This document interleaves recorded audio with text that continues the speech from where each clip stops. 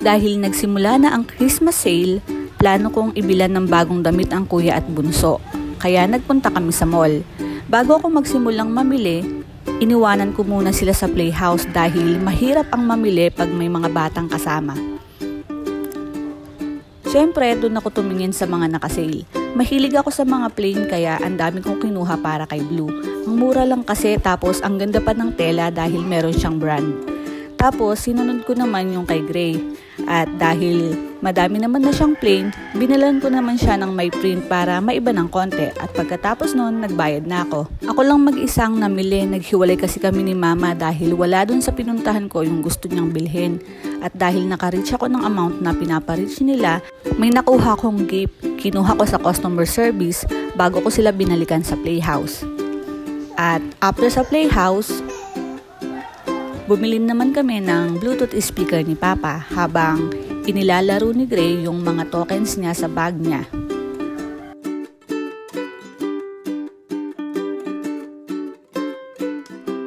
After niyang maglaro, nag-grocery lang kami ng konti bago pumunta sa Kapitan Pepe para kumain ng dinner.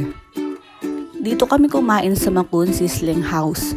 Skin silog ang kinuha ko kay Gray, sizzling bangus belly naman kay Mama, sizzling burger steak and chicken inasal kay Papa, at sizzling burger steak and lechon kawali naman para sa akin. Ang dami at ang mura lang dito. Only rice, only gravy and soup ka kapag sa sizzling series ang in-order mo. Kinuhanan ko uli yung menu nila, pakipost nyo na lang para makita nyo yung presyo.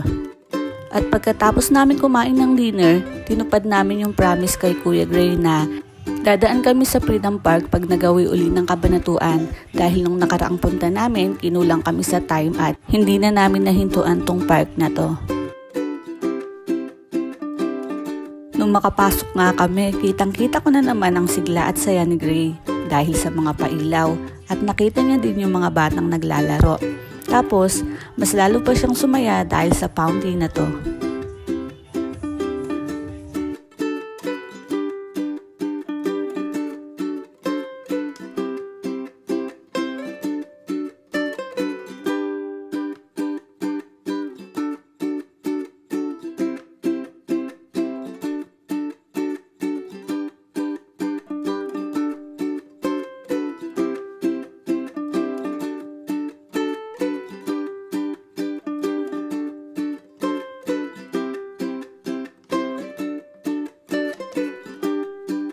Pagkatapos sa fountain, para mas lalo pa siyang sumaya, binilhan ko din siya ng tinitirador na pailaw at nilaro muna namin sa park. At si Blue naman yung hinahawakan lang na pailaw dahil hindi niya pa naman kaya maglaro.